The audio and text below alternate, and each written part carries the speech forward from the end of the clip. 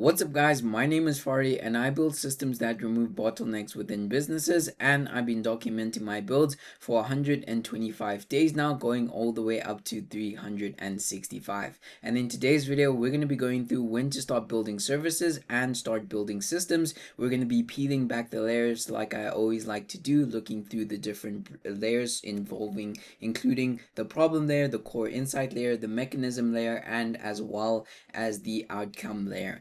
So if we dive deep straight into the problem layer, we can see that most builders stay stuck in a service loop. So they basically build for others but never capture leverage for themselves. And what I mean by this is they're just stuck in this loop where they just build services or they build landing pages or whatever the case may be for other people, but they don't ultimately capture the leverage that ultimately is within that. And that leverage comes in the form of the knowledge and the expertise to take that and then productize that, and that is ultimately more scalable rather than just doing custom builds each and every single time, because that is not scalable. If you're starting from the beginning each and every single time, then you cannot templatize it or basically have a template for it and ultimately scale that. And that means you're stuck in this loop where builders are just building each and every single thing custom, but they're ultimately not scaling. Yes, they may have a couple projects that ultimately gets them to a certain figure, and that is good,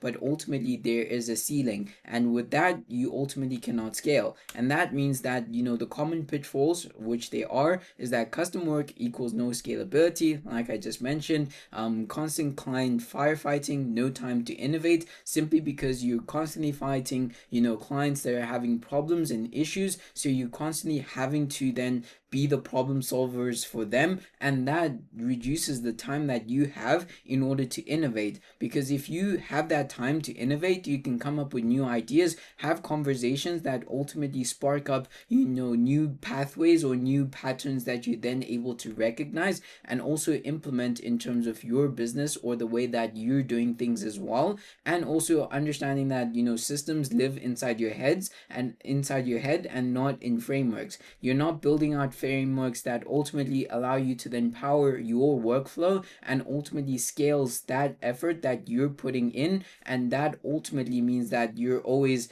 quote unquote busy, but you're never compounding your efforts. And this is ultimately some of the pitfalls that I've seen, throughout my experience, in terms of seeing that people are doing custom work, but that ultimately does not scale. For me, for example, I used to believe that, doing each and every single thing custom and, going through that process was ultimately the way and the mode to scale. But now I see it more as a stepping stone in terms of really, really digging deep in terms of understanding what it is that you are building and also what problems are there, and also pattern recognition as well. What are the different patterns that you're recognizing while building this, such that when you do productize that, you ultimately have this knowledge database that you ultimately have built through time, and that ultimately becomes your moat in order to build your productized service. And that means that the reality is that services pay bills, but systems build empires. You're not going to build an empire per se if you're constantly doing manual work and just starting all the way from scratch. That is really difficult to scale.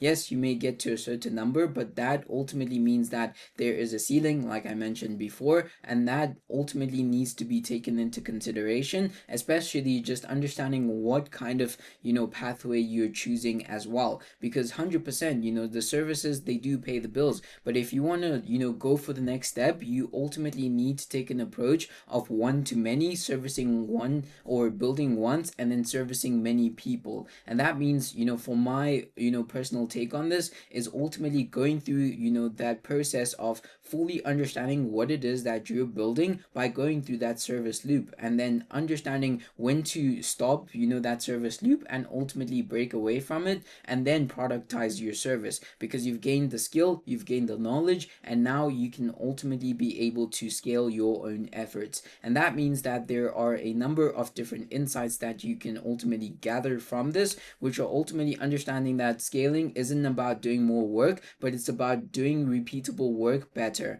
It isn't just about putting in more effort, but it's about doing the repeatable work that you're doing on a day to day much better, more efficiently as well. Because the real shift is ultimately moving from an operator to an architect. You're basically moving from this operator of let's grind, let's grind, let's grind, and just doing the work constantly on the day to day, to the architect. You're basically the person that is architecting, how it is done and how the processes are also flow as well. And that ultimately comes with a lot of responsibilities as well, and a lot of process loops, which means that you're ultimately understanding that each service creates data, and through that data it reveals patterns, like I mentioned before, and those patterns become playbooks. And through these playbooks you're then able to understand how these patterns work together and interact with people as well. Because in as much as you can overlook, or sometimes in my personal opinion that I think it's often overlooked, how the interaction of people is also super crucial to building out these playbooks as well, because they also need to be able to have clarity in terms of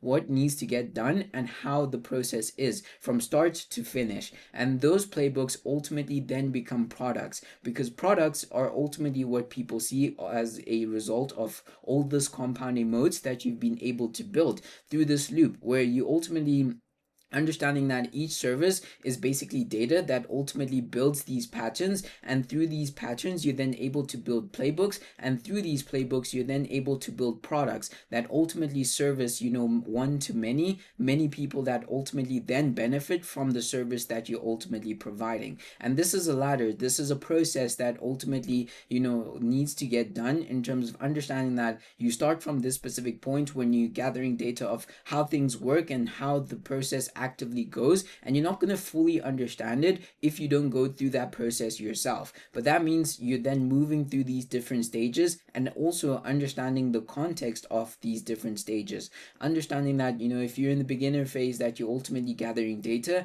and if you ultimately move up a stage, then you're ultimately building out playbooks, and through these playbooks these ultimately then become your products that you're then able to build, because these products ultimately run off of the playbooks. In my personal opinion, that the products that you build ultimately need to be a mode of what it is that you've learned, your past experiences, and also the lessons you've also learned that are also part of those past experiences as well. But that means when you start documenting, measuring, and also templatizing, like I like to say, I don't even know if that's a word, funny enough. I should definitely Google that up, or so I should definitely Google that up. And templatizing what works, you're building a system that scales beyond you. And one of the most important modes is to be able to build something that ultimately scales beyond you, because you as the builder or the architect can only do so much, and your role shifts from being an operator to an architect. And when you're now an architect, you need to just shift your mindset in terms of being able to architect different things and pull different levers as well, that ultimately compound. And that doesn't mean that you're ultimately doing the day-to-day grunt of the work, but ultimately understanding that you need to build a system that ultimately scales beyond you, and hitting that threshold of understanding when that system scales beyond you is also super important. And that's where tracking comes in, where you understand that your time is so limited on a day-to-day, and that you need to focus on high leverage tasks. And through that, you ultimately are then able to measure what inputs am I putting on a day-to-day, and what are the outputs that I'm getting. And through these outputs, should I be investing more time into this? Yes, no, maybe. And then you ultimately move from there. But that ultimately means that you then understanding that there is another layer as well. And this is the mechanism layer. And this underpins that you basically understand that the services move into systems and then move into a platform flywheel. And this basically means that the services are the manual builds. You solve unique problems in order to pattern recognize, or recognize patterns, and that is where the systems come in. where you basically understand these different patterns and then turn those solutions into frameworks. And through these frameworks, you then able to package frameworks into deliverables, into these products. And through these different products, you then able to build platforms. And through these platforms, you then able to understand that you're basically building infrastructure that others use to solve their own problems. And this is a step-by-step, process in terms of fully understanding how to move from these different stages and building, from a service level to a platform level, and understanding how the interaction also is in terms of the playbooks as well, and how those also interact or serve as the purpose in terms of you getting to the platform end of things, fully understanding how that process flows. But that ultimately means that the tools are secondary, but the thinking is primary. If you're ultimately understanding that your thinking is the primary mode that ultimately governs how you're able to then architect these different types of solutions,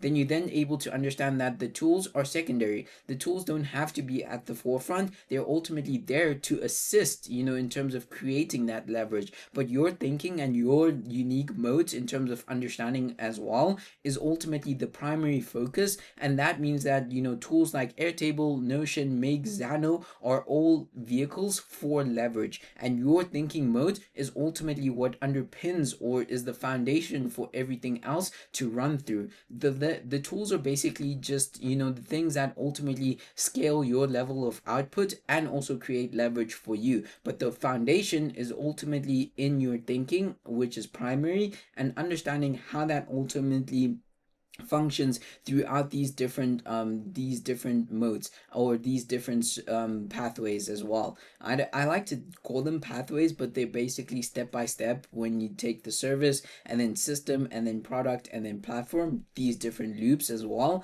I'd rather just call it loops from now on. But anyways, through these different loops, that ultimately powers how you're then able to see the outcome there. And this is basically the outcome of everything, where you basically understand that once you build this systems instead of services, then you're able to then unlock this, which is you reduce operational chaos, you capture compounding ROI from your own work. So you're basically able to then capture this ROI or your return on investment from your own work that you've ultimately built through this time. And it's a slow process, 100%, but it ultimately compounds and it snowballs when you least expect it. And that means you then gain freedom to innovate instead of firefighting. And that means you then start building equity and not just income. Because if you're then able to fully understand the outcomes that ultimately you're chasing, you're then able to reverse engineer and then peel back the different layers in terms of the mechanisms that you ultimately need to pull, and also the insights that you need to gather as well, and as well as identifying what the core problem is.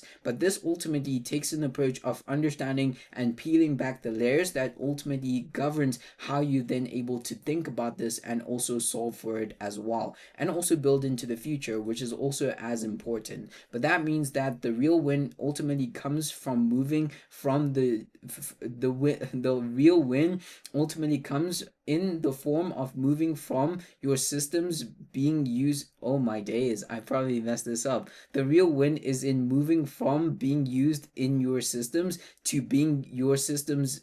What did I say? You know what, we're leaving that out there. But basically what I meant to say over here is that your real win basically comes from moving from builder or just building things to ultimately becoming the architect through your different systems that you're then able to build. I know I messed this up and that's a blunder from my end, but I'm just gonna leave it out there. It's gonna be super funny. But yeah, ultimately that is the modes that ultimately underpins how you then able to think about this and also solve for it as well. Basically moving from operator doing the day-to-day work, because that is ultimately really difficult to scale, to rather building a unique solution that or that ultimately services one to many. Basically you build one product that ultimately services many people, and that ultimately allows you to scale the level of impact that you have as well, while also using the playbook playbooks and the data points and the different, mechanisms that are there as well, that ultimately, service as, part of the foundation in order to allow you to then build that. And this is how I am basically thinking about this. And I know there's so many things that, I'm still yet to discover and fully, tap into, but I'm super, super deep into this, just learning each and every single day and refining the process as well. So yeah, if you guys enjoy this video, make sure to check out my newsletter.